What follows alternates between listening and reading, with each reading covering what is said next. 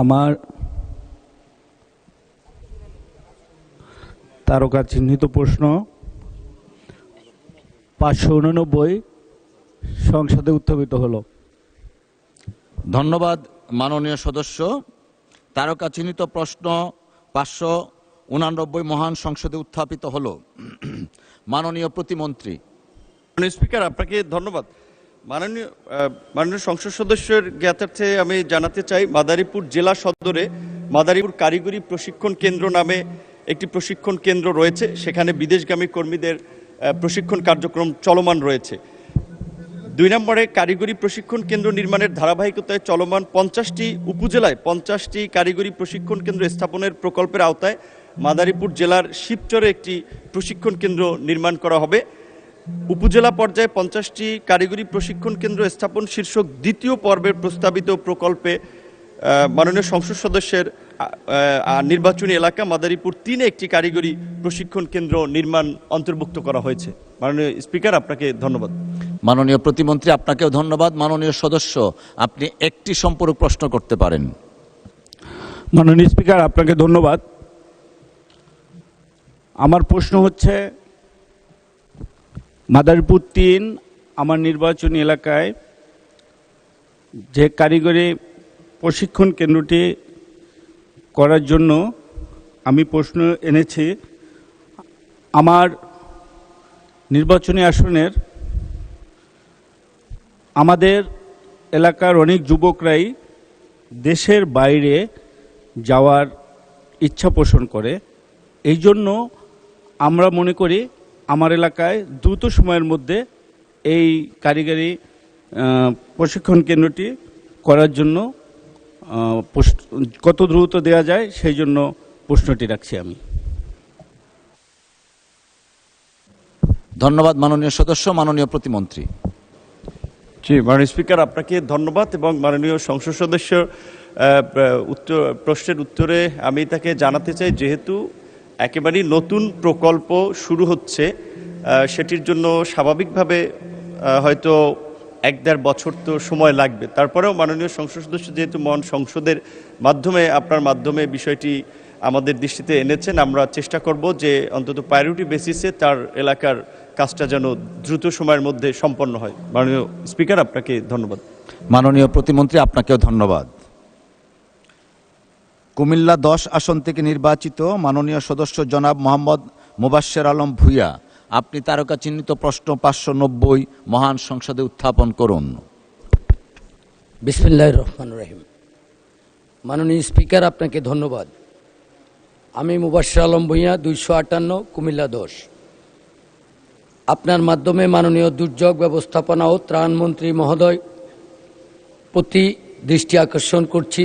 অনুগ্রহ করিয়া বলিবেন কি, কুমিল্লা জেলার নাঙ্গলকোট ও লালমাই উপজেলার কাজের বিনিময়ে খাদ্য কর্মসূচির আওতায় বিশেষ প্রকল্প গ্রহণের পরিকল্পনা সরকারের আছে কিনা, থাকলে তাহা কবে নাগাদ বাস্তবায়ন করা হবে? মাননীয় স্পিকার, আপনাকে ধন্যবাদ। ধন্যবাদ মাননীয় সদস্য। মাননীয় দুর্যোগ ব্যবস্থাপনা ও ত্রাণ মন্ত্রী জনাব আসাদুল হাবিব দুলু। মাননীয় স্পিকার, আপনাকে ধন্যবাদ।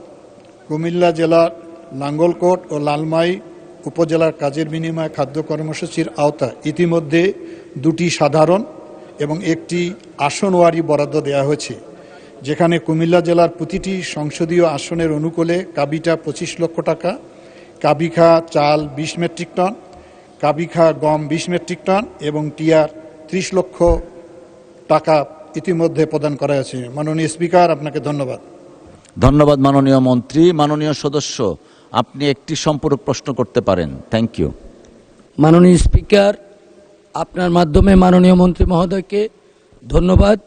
যেটুকু দিয়েছে তাহা অত্যন্ত অপ্রতুল। বিগত বন্যায় আমার এলাকা বিপর্যস্ত। আমার এলাকার জন্য বিশেষ কোনো বাড়তি বরাদ্দ দেওয়ার কোনো পরিকল্পনা মাননীয় মন্ত্রী মহোদয়ের আছে কিনা?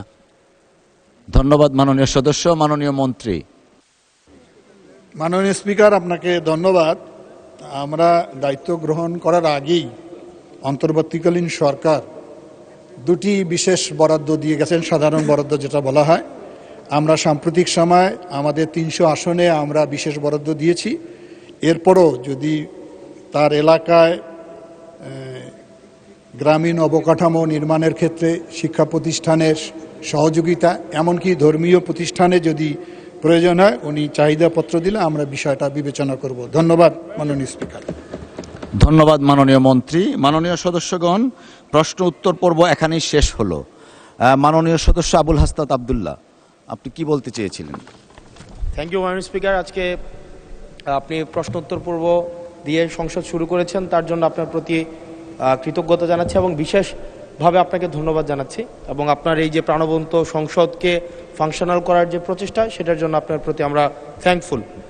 আমি প্রশ্নটা মূলত হচ্ছে প্রবাসী কল্যাণ মন্ত্রণালয় থেকে যে উত্তরগুলো দেওয়া হয়েছে, আমাদের কাছে মনে হয়েছে আন্তরিকভাবে প্রচেষ্টা করছে, সেজন্য ওনাকেও ধন্যবাদ জানাচ্ছি। আমাদের মাননীয় প্রতিমন্ত্রী এবং দীর্ঘদিনের সহযোদ্ধা, আমাদের প্রবাসী কল্যাণ ও বৈদেশিক কর্মসংস্থান প্রতিমন্ত্রী জনাব নুরুল হক নূর। আমার যে প্রশ্নটি ছিল সেটি হচ্ছে, আমি একটা রেমিটেন্স। মাননীয় সদস্য, আই হামলি রিকোয়েস্ট ইউ, আসলে প্রসিডিউরটা মেনটেন করতে গেলে I accepted your thank you, you are so kind, thank you দিয়েছেন মহান সংসদকে। আপনি একটা প্রশ্ন করতে গেলে একটা প্রশ্ন আনেন, তারপরে জনাব নুরুল হক নূর সাহেব মাননীয় প্রতিমন্ত্রী উনি জবাব দিতে পারবেন একটু লিখিত আকারে। না, এই এই এই এই প্রসেসে হবে না। আপনি একটা প্রশ্ন করুন, প্রশ্ন জমা দিন, উনি উত্তর দিবেন। অসংখ্য ধন্যবাদ আপনাকে। Thank you.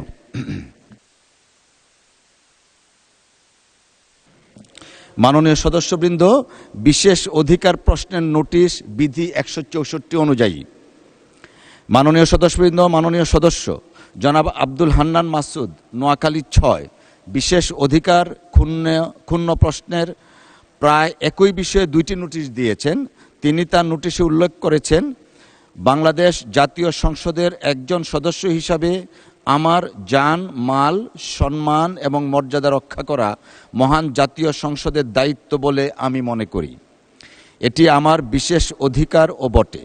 বিগত 25শে ফেব্রুয়ারি 2026 ইংরেজি তারিখে নির্বাচন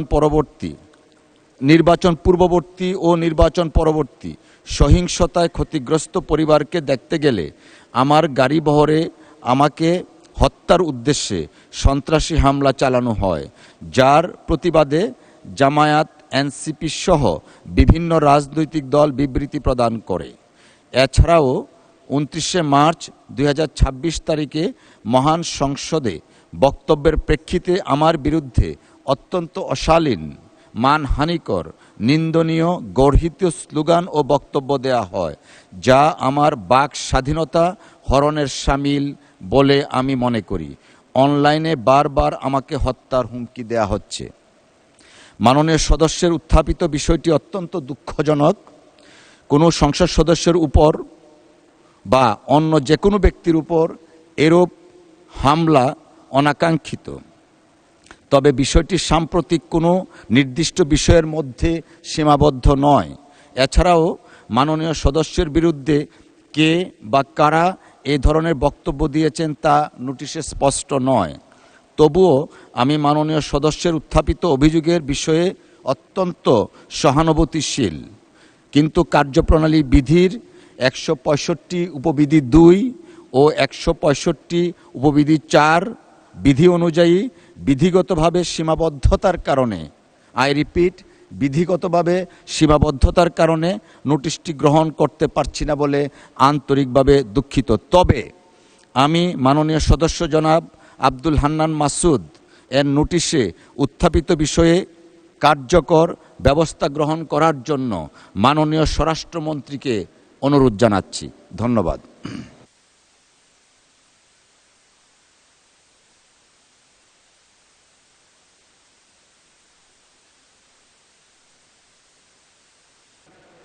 রেকর্ডে থাকবে। মাননীয় সদস্যবৃন্দ, জনাব হান্নান মাসুদ। আমি যে নোটিশটা দিয়েছি এটার উপর তো আমার বক্তব্য আছে। ব্যক্তিগতভাবে এটা এত বেশি হুমকির মুখোমুখি হতে হচ্ছে।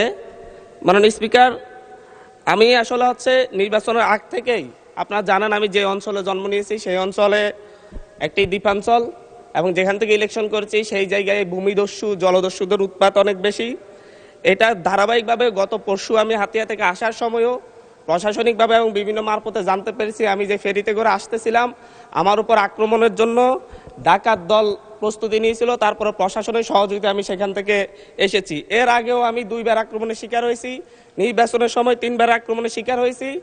আমার পক্ষে যারাই কোনো কথা বলে, এমনকি মসজিদে আমার জন্য দোয়া করেছে, সেই মসজিদের ইমামকে মসজিদের ভিতর থেকে বের করে এনে প্রচণ্ডভাবে তার উপর হামলা করা হয়েছে এবং তাকে আজকে প্রায় 1.5 মাস ধরে তাকে চিকিৎসা নিতে হচ্ছে। আমার উপর যারা আক্রমণ করেছে আমি আপনাকে সেই জায়গায় কিছু নোটিশের সাথে কিছু ডকুমেন্টস দিয়েছি যে সরাসরি অস্ত্র হাতে আমাকে কোফাতে আসা হয়েছে। একজন সংসদ সদস্য হিসাবে আমি এই বিষয়টা এখানে উপস্থাপন করতে বাধ্য হচ্ছি, কারণ এই জায়গাটায় আমি মনে করি সন্ত্রাসীদের কোনো রাজনৈতিক ঠিকানা নেই।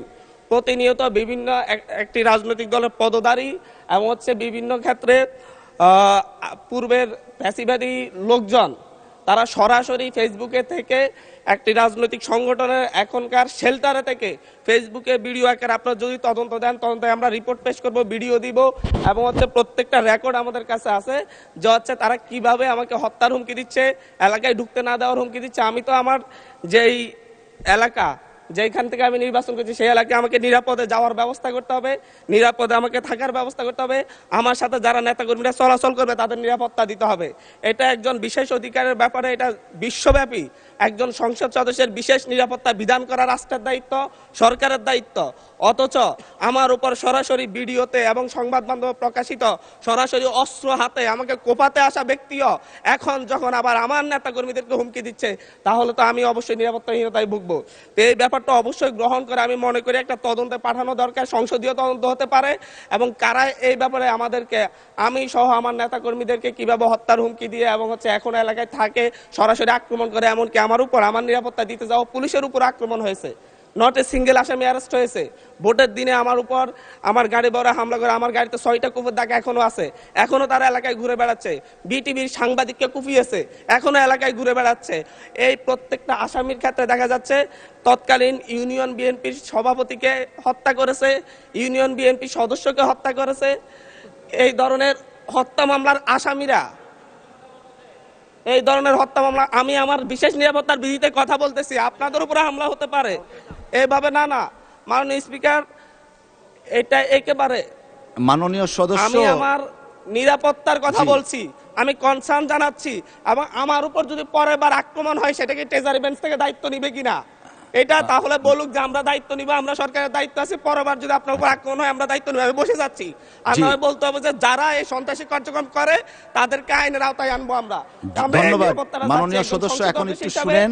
এটা আমার হাহাকারও বলতে পারেন, কারণ আমি মামলা দিয়ে জিডি করে এখন পর্যন্ত মাননীয় সদস্য প্রতিকার পাচ্ছি না, যার কারণে আমাকে সংসদে বলতে হচ্ছে। একটু শুনুন দয়া করে, আপনার নোটিশটা পেয়েছি এবং আপনি বসেন দয়া করে, অসুবিধা নেই। আপনার নোটিশটা পেয়েছি, যথাযথ নিয়মে নোটিশটা আমরা ডিসপোজড অফ করেছি। আমি চেয়েছিলাম মাননীয় স্বরাষ্ট্রমন্ত্রী উপস্থিতিতে এটা করার জন্য, স্বরাষ্ট্রমন্ত্রী যেহেতু নেই যে কারণে নোটিশটা নিষ্পত্তি করেছি। ওকে, উনি যেহেতু এসছেন বোধহয় মাত্রই ঢুকেছেন, আমিও খেয়াল করিনি, হয়তো 1 মিনিট সময় দিলে উনি নোটিশটা সম্পর্কে বুঝতে পারবেন। Let us give him time to consume the notice. মাননীয় স্বরাষ্ট্রমন্ত্রী, আমি আবার একটু রিপিট করছি,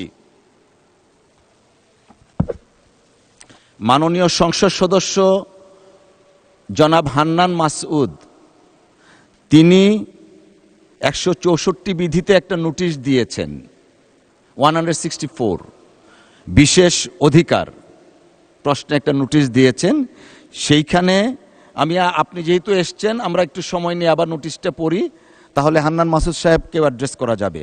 উনার নোটিশের বক্তব্য হচ্ছে, বাংলাদেশ জাতীয় সংসদের একজন সদস্য হিসাবে আমার জান, মাল, সম্মান এবং মর্যাদা রক্ষা করা মহান জাতীয় সংসদের দায়িত্ব বলে আমি মনে করি। এটি আমার বিশেষ অধিকার ও বটে।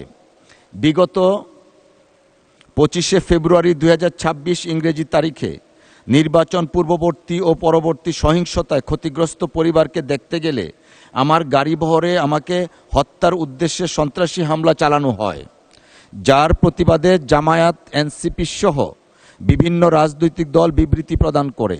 এছাড়াও 29শে মার্চ 2026 তারিখে মহান সংসদে বক্তব্যের প্রেক্ষিতে আমার বিরুদ্ধে অত্যন্ত অশালীন, মানহানিকর, নিন্দনীয় গর্হিত স্লোগান ও বক্তব্য দেয়া হয়, যা আমার বাক স্বাধীনতা হরণের শামিল বলে আমি মনে করি। অনলাইনে বারবার আমাকে হত্যার হুমকি দেয়া হচ্ছে। এটা হলো ওনার নোটিশ। আমাদের বক্তব্যটা এমন, মাননীয় সদস্যের উত্থাপিত বিষয়টি অত্যন্ত দুঃখজনক। কোনো সংসদ সদস্যের উপর বা যে কোনো ব্যক্তির উপর এরূপ হামলা অনাকাঙ্ক্ষিত, তবে বিষয়টি সাম্প্রতিক কোনো নির্দিষ্ট বিষয়ের মধ্যে সীমাবদ্ধ নয়।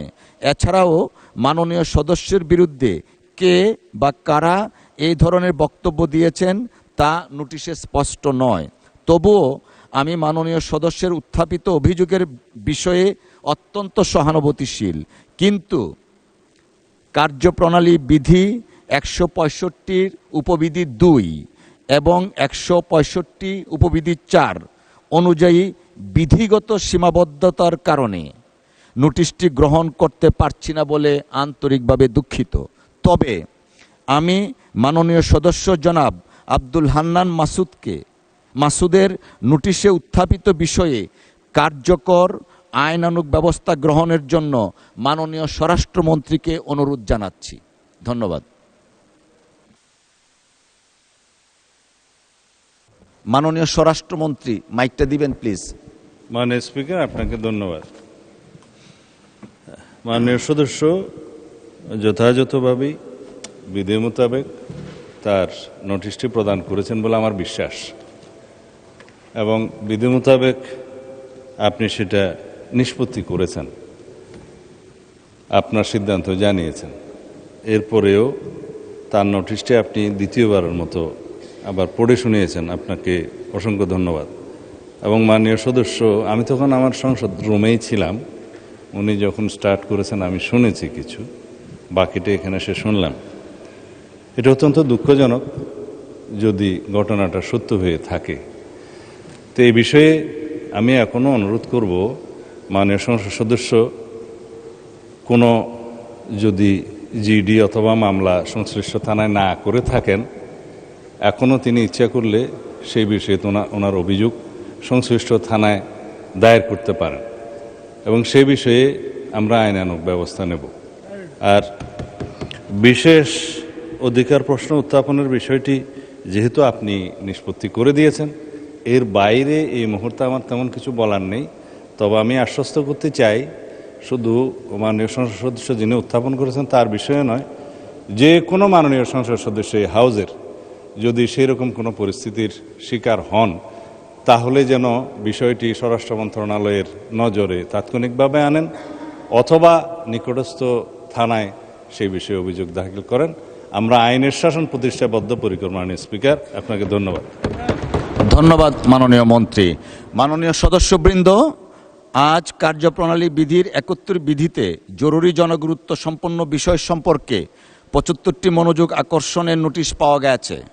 নোটিশদাতা মাননীয় সদস্যগণ হলেন জনাব মোহাম্মদ গুলাম রসুল, যশোর 4; জনাব মোহাম্মদ আব্দুল গফুর, কুষ্টিয়া 2; জনাব সালাউদ্দিন, গাজীপুর 4; জনাব মোহাম্মদ আনোয়ারুল ইসলাম, কুড়িগ্রাম 1; জনাব মোহাম্মদ মনিরুল হক চৌধুরী, কুমিল্লা 6; জনাব মাসুম মুস্তফা, নেত্রকোনা 5; জনাব মোহাম্মদ আবুল কালাম আজাদ, খুলনা 6; জনাব এস কে আজিজুল বাড়ি, খুলনা 4; রুমিন ফারহানা, ব্রাহ্মণবাড়িয়া 2; জনাব মোহাম্মদ নুরুল ইসলাম, চাঁপাইনবাবগঞ্জ 3; সৈয়দ জয়নুল আবেদিন, ঢাকা 4; এ কে এম ফজলুল হক মিলন, গাজীপুর 5; মোহাম্মদ রাশিদুল ইসলাম রাশেদ, শেরপুর 1; জনাব মোহাম্মদ আখতারুজ্জামান, ময়মনসিংহ 10; মোহাম্মদ জাহিদুর রহমান, ঠাকুরগাঁ 3; মোহাম্মদ আলী আসগার, পাবনা 3; মোহাম্মদ ইলিয়াস মোল্লা, ফরিদপুর 1; মোহাম্মদ আব্দুল আজিজ,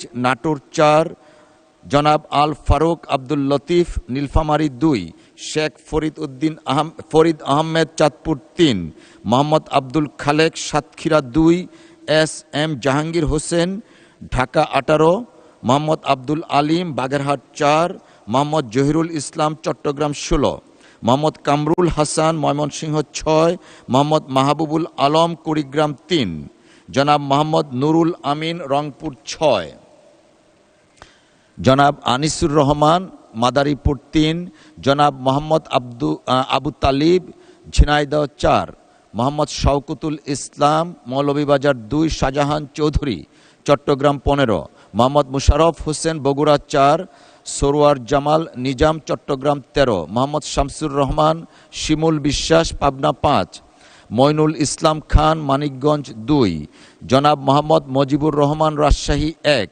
জনাব আব্দুল হান্নান মাসউদ নোয়াখালী 6, মোহাম্মদ শামীম কায়সার গাইবান্ধা 4, আমির এজাজ খান খুলনা 1, শেখ মুজিবুর রহমান ইকবাল কিশোরগঞ্জ 5, জনাব মোহাম্মদ মুক্তার আলী যশোর 6, মোহাম্মদ আব্দুল মান্নান ব্রাহ্মণবাড়িয়া 5, মোহাম্মদ মঞ্জুরুল ইসলাম দিনাজপুর 1, মোহাম্মদ তাজউদ্দিন মেহেরপুর 1, জনাব লুৎফুর রহমান কক্সবাজার 3, মোহাম্মদ আজিজুর রহমান যশোর 1, এস এ জিন্না কবির মানিকগঞ্জ 1, হাফেজ মোহাম্মদ রবিউল বাশার সাতক্ষীরা 3, জনাব মোহাম্মদ মুবাশ্শের আলম ভুইয়া কুমিল্লা 10, জনাব মোহাম্মদ মাহবুবুর রহমান বেলাল রংপুর 3, জনাব মোহাম্মদ আব্দুস সত্তার নীলফামারী 1, জয়নুল আবিদিন ফারুক নোয়াখালী 2, জনাব মোহাম্মদ মাসুদ পারভেজ চুয়াডাঙ্গা 1, ডক্টর খন্দকার মুশাররফ হোসেন কুমিল্লা 1, জনাব ফকরউদ্দিন আহমেদ ময়মনসিংহ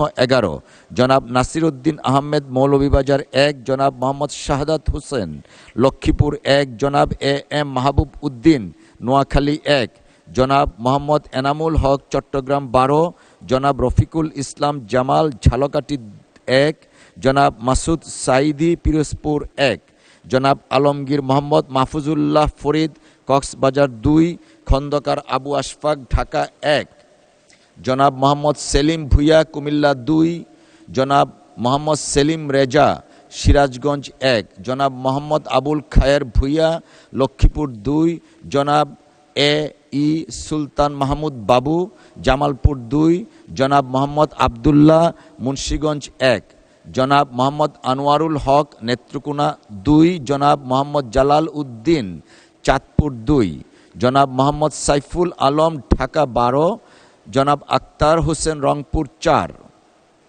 জনাব মোহাম্মদ মুসলেউদ্দিন ফরিদ যশোর 2, জনাব মোহাম্মদ রুহুল আমিন চুয়াডাঙ্গা 2, জনাব কামরুজ্জামান কামরুল সুনামগঞ্জ 1।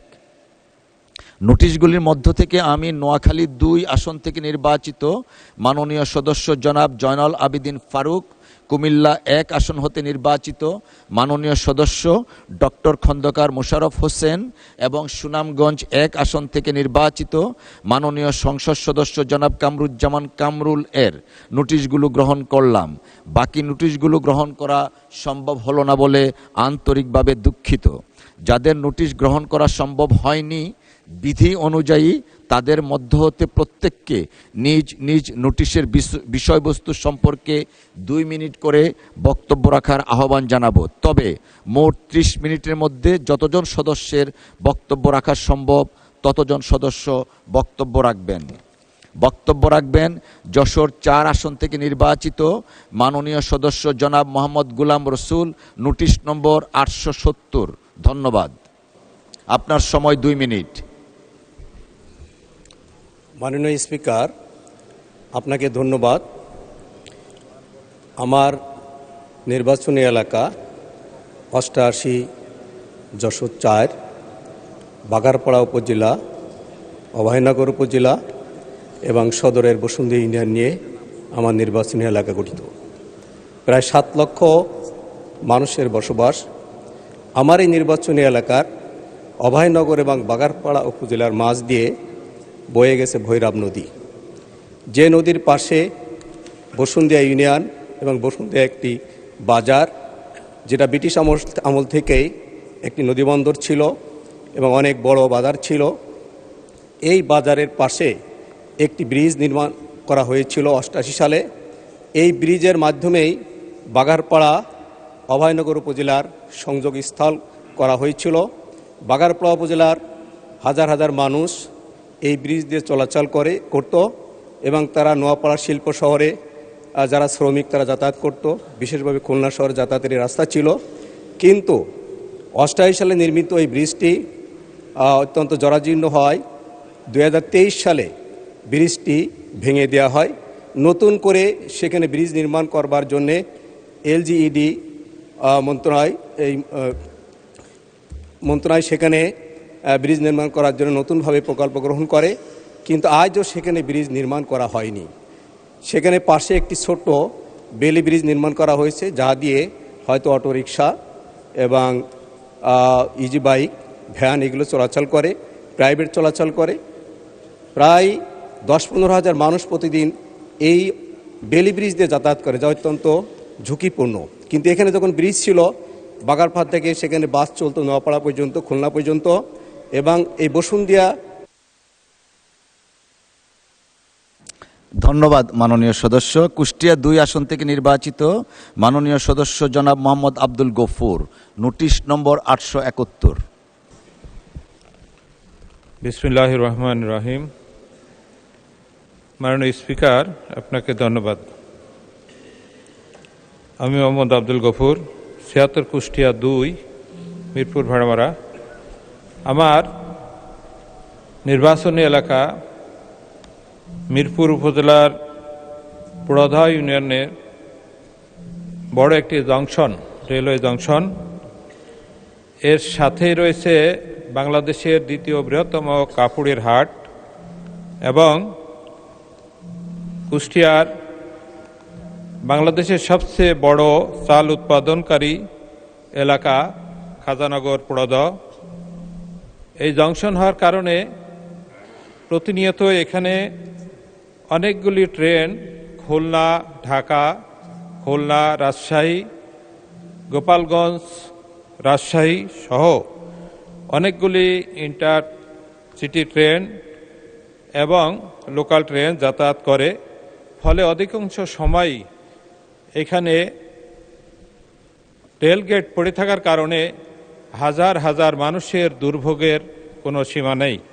সে কারণে এই জায়গাটিতে একটি মাননীয় রেলপথ মন্ত্রী এবং সড়ক ও যোগাযোগ মন্ত্রী, সেতু মন্ত্রীর কাছে আমার জিজ্ঞাসা বা আবেদন যে এইখানে একটি ওভারপাস বা আন্ডারপাস, দুইটার যে কোনো একটি সেতু আমাদের হওয়ার দরকার, যাতে হাজার হাজার জনগণের এই দুর্ভোগ লাঘব হয়। এজন্য মাননীয় স্পিকার, আপনার মাধ্যমে সড়ক ও সেতু মন্ত্রীর কাছে আমার দৃষ্টি আকর্ষণ, এইখানে কোনো একটি ওভারপাস বা আন্ডারপাস করা হবে কিনা। ধন্যবাদ মাননীয় স্পিকার। ধন্যবাদ মাননীয় সদস্য। গাজীপুর 4 আসন থেকে নির্বাচিত মাননীয় সদস্য জনাব সালাউদ্দিন, আপনার সময় 2 মিনিট, নোটিশ নম্বর 872। আসসালামু আলাইকুম মাননীয় স্পিকার, আপনাকে ধন্যবাদ। আমি গাজীপুর 4 কাপাসিয়া আসনের পক্ষ থেকে বলছি। কাপাসিয়ায় ইট ভাটা নিয়ন্ত্রণের জন্যে পরিবেশের ছাড়পত্র সহ যে বিষয়গুলো নিয়ন্ত্রণ করা দরকার, সেগুলো নিয়ে নানা ধরনের টানাপোড়েন চলছে। বিশেষ করে এই ইটভাটার বৈধ অবৈধ মিলিয়ে তাদেরকে মাটির নিরাপত্তার জন্যে মাটি কাটার ক্ষেত্রে অবৈধ পন্থা অবলম্বন করতে হয়, যে কারণে ফসলি জমি মারাত্মকভাবে ক্ষতিগ্রস্ত হচ্ছে, পরিবেশের উপর প্রভাব পড়ছে, কৃষি জমি নষ্ট হচ্ছে। আমি সংশ্লিষ্ট মন্ত্রণালয়ের এক্ষেত্রে পরিবেশের ছাড়পত্র দেওয়ার ক্ষেত্রে মাটির প্রকৃত উৎস যথাযথভাবে মেনটেন করার জন্য জোর দাবি জানাচ্ছি। কাপাসিয়া চতুর্দিক থেকে নদীবেষ্টিত একটি এলাকা। কাপাসিয়া সদরকে নিয়ে পৌরসভা গঠন করার পাশাপাশি শীতলক্ষা তীর ঘিরে নদীর পাড়ে ওয়াকওয়ে নির্মাণ এবং বিনোদন পার্ক নির্মাণ করার জন্য আমি পর্যটন মন্ত্রীর কাছে বিশেষভাবে সবিনয় অনুরোধ জানাচ্ছি। একটি কাপাসিয়ার মানুষের দীর্ঘদিনের দাবি, এই দাবি পূরণ হওয়াটা আমাদের প্রত্যাশা। মাননীয় স্পিকার, কাপাসিয়ার যুব সমাজ নষ্ট হচ্ছে মাদকের কারণে। বিশেষভাবে একটি মাদক নিরাময় কেন্দ্র প্রতিষ্ঠা করে কাপাসিয়ার যুবকদেরকে রক্ষা করার জন্য আমি সংশ্লিষ্ট মন্ত্রণালয়ের কাছে জোর দাবি জানাচ্ছি। এই মাদককে কেন্দ্র করেই আইন শৃঙ্খলা পরিস্থিতির ভয়াবহ অবনতি হচ্ছে। গরু চুরি, বিভিন্ন জায়গা থেকে অটোরিকশা চুরি এবং গত কয়েকদিন যাবৎ শিক্ষা প্রতিষ্ঠানের আসবাবপত্র চুরির মতো ঘটনা ঘটছে। এ বিষয়ে ধন্যবাদ মাননীয় সদস্য। কুড়িগ্রাম 1 আসন থেকে নির্বাচিত মাননীয় সদস্য জনাব মোহাম্মদ আনোয়ারুল ইসলাম, আপনার সময় 2 মিনিট। Notice number 873। ধন্যবাদ। মাননীয় স্পিকার, আপনাকে ধন্যবাদ। আমি আজকে একটি জাতীয় গুরুত্বপূর্ণ একটি বিষয়, বেসরকারি স্কুল কলেজ ও মাদ্রাসা শিক্ষকগণের কল্যাণ তহবিল ও অবসরকালীন সুবিধা প্রসঙ্গে একটি নোটিশ নিয়ে এসেছি। মাননীয় স্পিকার, আমি নিজেও একজন শিক্ষক। আমার প্রতিষ্ঠানের একজন শিক্ষক 7 বছর আগে ইন্তেকাল করেছেন। অনেক যোগাযোগ করে শুধুমাত্র কল্যাণ তহবিলের টাকাটা পেয়েছেন, এখন পর্যন্ত অবসর সুবিধা এখন পর্যন্ত তিনি পাননি। আমার কলেজের সাবেক অধ্যক্ষ, তিনিও 2 বছর আগে ইন্তেকাল করেছেন, এখন পর্যন্ত কল্যাণ এবং অবসরের কোনো সুযোগ সুবিধা তিনি পাননি। এইরকম হাজার হাজার শিক্ষক কর্মচারী সারা বাংলাদেশে আজকে এই অবস্থায় তারা আছে, যারা তাদের কল্যাণ তহবিল এবং অবসর সুবিধা থেকে বঞ্চিত হয়ে আছে। অনেকেই জীবনের শেষ অধ্যায়ে অবসরকালীন যে সুবিধাটা আছে, অর্থটা পাবে, না পেয়ে জীবন প্রদীপ তাদের নিভে যাচ্ছে। মাননীয় স্পিকার, এছাড়াও অনেকের জীবন দুর্বিষহ অবস্থায় তারা জীবন যাপন করছেন। অনেকের ছেলে মেয়েদের লেখাপড়া করাতে পারছেন না, অনেকের ছেলে মেয়েদের তারা বিয়ে শাদী পর্যন্ত দিতে পারছেন না। মাননীয় স্পিকার, এই জন্য আমি আজকের এই গুরুত্বপূর্ণ বিষয়ে বর্তমান সরকারের শিক্ষামন্ত্রী এবং তার সাথে জড়িত আমাদের মাননীয় অর্থমন্ত্রীকেও এ বিষয়ে প্রয়োজনীয় ব্যবস্থা গ্রহণের জন্য সবিনয় নিবেদন করছি। মাননীয় স্পিকার, আপনাকে ধন্যবাদ। আপনাকেও ধন্যবাদ মাননীয় সদস্য। কুমিল্লা 6 আসন থেকে নির্বাচিত মাননীয় সদস্য জনাব মোহাম্মদ মনিরুল হক চৌধুরী। জনাব মোহাম্মদ মনিরুল হক চৌধুরী, উনি নেই। নেত্রকোনা 5 আসন থেকে নির্বাচিত মাননীয় সদস্য জনাব মাসুম মুস্তফা, আপনার সময় 2 মিনিট। আপনার নোটিশ নাম্বার 875। ধন্যবাদ। ধন্যবাদ মাননীয় স্পিকার। আমার উত্থাপনীয় বিষয় স্থানীয় সরকার পল্লী উন্নয়ন সমবায় মন্ত্রণালয় মন্ত্রী মহোদয়ের দৃষ্টি আকর্ষণ নোটিশ। এখন তো আমি স্থানীয় সরকার মন্ত্রী এবং প্রতিমন্ত্রী কাউকে দেখতে পাচ্ছি না হাউসে। মাননীয় স্পিকার, মাননীয় স্পিকার, আমার উত্থাপনীয় বিষয় পূর্বধলা উপজেলায় গেজেটভুক্ত 790 কিমি গ্রামীণ কাঁচা সড়ক পাকাকরণ প্রসঙ্গে। আমার নির্বাচনী এলাকা 161 নেত্রকোনা 5 পূর্বধলা উপজেলা বরাবরই একটি অবহেলিত জনপদ। দীর্ঘ সময় ধরে এই অঞ্চলে কোনো ধরনের সরকারি উন্নয়নমূলক কাজ হয়নি। পূর্বধলা উপজেলার 1063 কিমি গেজেটভুক্ত সড়ক রয়েছে, তার প্রায় 792 কিমি অর্থাৎ মোট সড়কের প্রায় 75% সড়ক এখনও কাঁচা। এই অঞ্চল অতিবৃষ্টিপ্রবণ এলাকা। বৃষ্টির মৌসুমে এই 75% কাঁচা রাস্তা চলাচলের অযোগ্য হয়ে পড়ে। যাতায়াত ব্যবস্থার চরম দুর্ভোগের শিকারের কারণে জনজীবন বিপর্যস্ত হয়ে পড়ে। বিশেষ করে জরুরি অবস্থায় অসুস্থ রোগীদের দ্রুত হাসপাতালে প্রেরণ অনিশ্চিত হয়ে যায়। এছাড়াও দীর্ঘমেয়াদে যাতায়াত ব্যবস্থার এহেন অচলাবস্থার কারণে এই এলাকার আর্থিক, সামাজিক এবং অবকাঠামোগত উন্নয়ন মারাত্মকভাবে ব্যাহত হচ্ছে, যার ফলে এই অঞ্চল দীর্ঘ সময় ধরে বিভিন্ন দিক দিয়ে পিছিয়ে আছে। অতএব এই অঞ্চলের যাতায়াত ব্যবস্থার আমূল পরিবর্তন করে একটি উন্নত, সমৃদ্ধ এবং স্বয়ংসম্পূর্ণ উপজেলা গঠনের লক্ষ্যে আমি আপনার মাধ্যমে মাননীয় স্থানীয় সরকার পল্লী উন্নয়ন ও সমবায় মন্ত্রী মহোদয়ের বিশেষভাবে দৃষ্টি আকর্ষণ করছি। ধন্যবাদ মাননীয় স্পিকার। ধন্যবাদ মাননীয় সদস্য। খুলনা ৬ আসন থেকে নির্বাচিত মাননীয় সদস্য জনাব মোহাম্মদ আবুল কালাম আজাদ। জনাব মোহাম্মদ আবুল কালাম আজাদ, আপনার সময় 2 মিনিট। আপনার নোটিশ নম্বর 876। আসসালামু আলাইকুম রহমতুল্লাহি বারাকাতুহু। মাননীয় স্পিকার, আপনাকে অসংখ্য ধন্যবাদ। আজকের নোটিশের বিষয় হলো কয়রা পাইকগাছা উপজেলার 2টি গুরুত্বপূর্ণ সেতু টোলমুক্তকরণ। কয়রা ও পাইকগাছার উপর দিয়ে 2টি সেতু রয়েছে। নদীর উপর দিয়ে এই সেতু প্রবাহমান।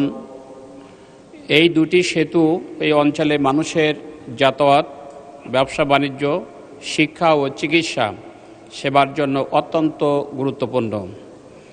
কিন্তু উক্ত বিষয়গুলিকে সামনে রেখে আমরা লক্ষ্য করছি যে প্রায় 1.5 যুগ ধরে এই সেতু টোল নেওয়া হচ্ছে। এই অঞ্চলের সাধারণ জনগণের জন্য এটা একটা বড় আর্থিক বোঝা হয়ে দাঁড়িয়েছে। আমার অবিরত এলাকার কথা বিবেচনা করে জনস্বার্থ এবং আর্থিক সামাজিক বাস্তবতা বিবেচনায় উক্ত 2টি সেতু টোলমুক্ত করার জন্য সরকারের জরুরি পদক্ষেপ গ্রহণ করা অত্যন্ত প্রয়োজন। আমি সংশ্লিষ্ট মন্ত্রণালয়ের নিকট এ বিষয়ে প্রয়োজনীয় ব্যবস্থা গ্রহণের জন্য জোর দাবি জানাচ্ছি। মাননীয় স্পিকার, আপনাকে ধন্যবাদ। ধন্যবাদ মাননীয় সদস্য। খুলনা 4 আসন থেকে নির্বাচিত মাননীয় সদস্য জনাব SK আজিজুল বাড়ি, আপনার সময় 2 মিনিট। Notice number 877। ধন্যবাদ। আসসালামু আলাইকুম মাননীয় স্পিকার, আমি খুলনা 4 আসন অর্থাৎ খুলনা, আপনি জানেন যে বাংলাদেশে হোয়াইট গোল্ড হিসাবে খ্যাত চিংড়ি মাছ, এই চিংড়ি মাছ উৎপাদন এবং রপ্তানিতে আমরা শীর্ষে, বিশেষ করে খুলনা, বাগেরহাট, সাতক্ষীরা এবং বরগুনা এবং আমার নির্বাচনী এলাকায় প্রচুর চিংড়ি চাষ আপনার হয় এবং উৎপাদন হয়। সমস্যা হলো এই চিংড়ি মাছ চাষের সরকারি কিছু বিধিনিষেধের ফলে সনাতন পদ্ধতিতে চিংড়ি মাছ উৎপাদন হয়, তার ফলে আমাদের উৎপাদন কমে যাচ্ছে এবং আমাদের ওখানে যে আপনার হিমায়িত কারখানাগুলো আছে, অর্থাৎ যে চিংড়ি মাছ সংরক্ষণের জন্য যে কোম্পানিগুলো আছে, সেই কোম্পানিগুলো যথেষ্ট পরিমাণ কাঁচামাল পায় না। আপনি জানেন যে এই রপ্তানিতে পৃথিবীতে এখন প্রায় বছরে আপনার 86 বিলিয়ন ডলার আপনার রপ্তানি হয়। বাংলাদেশ সেখানে 2015 সালে আমরা 529 মিলিয়ন ডলার রপ্তানি করেছিলাম। পরের বছর এই 23-24 সালে আমরা মাত্র 229 মিলিয়ন ডলার রপ্তানি করেছিলাম, যেখানে বিলিয়ন ডলার হয়। পার্শ্ববর্তী দেশ ভারত, ওরা বছরে 7 বিলিয়ন ডলার উৎপাদন করে। অথচ ভারতের থেকে বাংলাদেশে চিংড়ি মাছের উৎপাদনের জায়গা বেশি। আমাদের প্রায় 2-2.5 লক্ষ হেক্টরের উপরে জমি রয়েছে। ভারতের যেখানে উৎপাদন আমি জমি রয়েছে দেখলাম 1.5 লক্ষ হেক্টরের মতো, অথচ আমাদের 2.5 লক্ষ হেক্টর। কিন্তু আমরা প্রতিযোগিতায় পারছি না, কারণ আমাদের এই শিল্পকে সনাতন পদ্ধতি হচ্ছে, সরকারি সহায়তার সমস্যা রয়েছে, আমাদের প্রাকৃতিক প্রতিকূলতার কারণে আমাদের নদীতে পানিতে স্যালাইন ওয়াটার বেড়ে। ধন্যবাদ মাননীয় সদস্য। ব্রাহ্মণবাড়িয়া 2 আসন থেকে নির্বাচিত মাননীয় সদস্য রুমিন ফরহানা, আপনার সময় 2 মিনিট। Notice number 878। ধন্যবাদ। মাননীয় স্পিকার, আপনাকে ধন্যবাদ। মাননীয় স্পিকার, বিশ্বের বিভিন্ন দেশে নানান রকম সংস্কৃতি থাকে। নাচের সংস্কৃতি, গানের সংস্কৃতি, অভিনয়ের সংস্কৃতি, কবিতার সংস্কৃতি। আমাদের দেশে মাননীয় স্পিকার গত 1.5 বছর এবং এরপরে গত 2 মাস ধরে আমরা মবের সংস্কৃতি দেখলাম। আমরা দেখলাম বাংলাদেশ ব্যাংকের গভর্নরকে মব করে সরানো হয়েছে, আমরা দেখলাম বাসসের প্রধানকে মব করা হয়েছে, বরিশাল আদালতের প্রাঙ্গণে মব হয়েছে, সুপ্রিম কোর্ট লয়ার্স রুমে মব হয়েছে, ডেইলি স্টার, প্রথম আলো ভাঙা হয়েছে, চট্টগ্রামে 1.5 বছর আগে নেচে গেয়ে নাচ এবং গানের মাধ্যমে মব তৈরি করে ছিনতাইকারী সন্দেহে পিটিয়ে মারা হয়েছে, কুষ্টিয়ায় একজন কথিত পীরকে পিটিয়ে মারা হয়েছে কিছুদিন আগে। মাননীয় স্পিকার, আমাদের সম্মানিত মাননীয় স্বরাষ্ট্রমন্ত্রী আজকে উপস্থিত আছেন।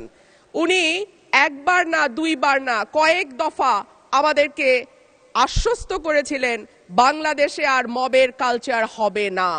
উনি আমাদেরকে আশ্বস্ত করেছিলেন বাংলাদেশে বিচারহীনতার সংস্কৃতি হবে না। উনি আশ্বস্ত করেছিলেন বাংলাদেশের মানুষ ন্যায় বিচার পাবে। কিন্তু আমরা দেখলাম একটির পর একটি জায়গায় মবের ঘটনা ঘটেই চলেছে। আজকে আমাদের স্বরাষ্ট্রমন্ত্রী উপস্থিত আছেন, আমি ওনার দৃষ্টি আকর্ষণ করে বলি, আজকে মাননীয় প্রধানমন্ত্রীও একই ধরনের কথা বলেছেন। মানুষ যখন ন্যায় বিচার পায় না তখনই এইরকম সংস্কৃতির বাড়ে এবং মানুষ এই ধরনের সংস্কৃতিতে জড়িয়ে যায়। মানুষের মধ্যে হতাশা আছে, মানুষের মধ্যে ক্ষোভ আছে, মানুষের মধ্যে তীব্র বৈষম্য আছে এবং সর্বোপরি আছে দৃষ্টান্তমূলক শাস্তির অভাব। গত 1.5 বছর আগে চট্টগ্রামে মব করে যেই লোকটিকে পিটিয়ে মারা হয়েছিল তার বিচার এখন পর্যন্ত হয়নি মাননীয় স্পিকার। এবং ধন্যবাদ মাননীয় সদস্য। চাঁপাইনবাবগঞ্জ 3 আসন থেকে নির্বাচিত মাননীয় সদস্য জনাব মোহাম্মদ নুরুল ইসলাম, আপনার সময় 2 মিনিট।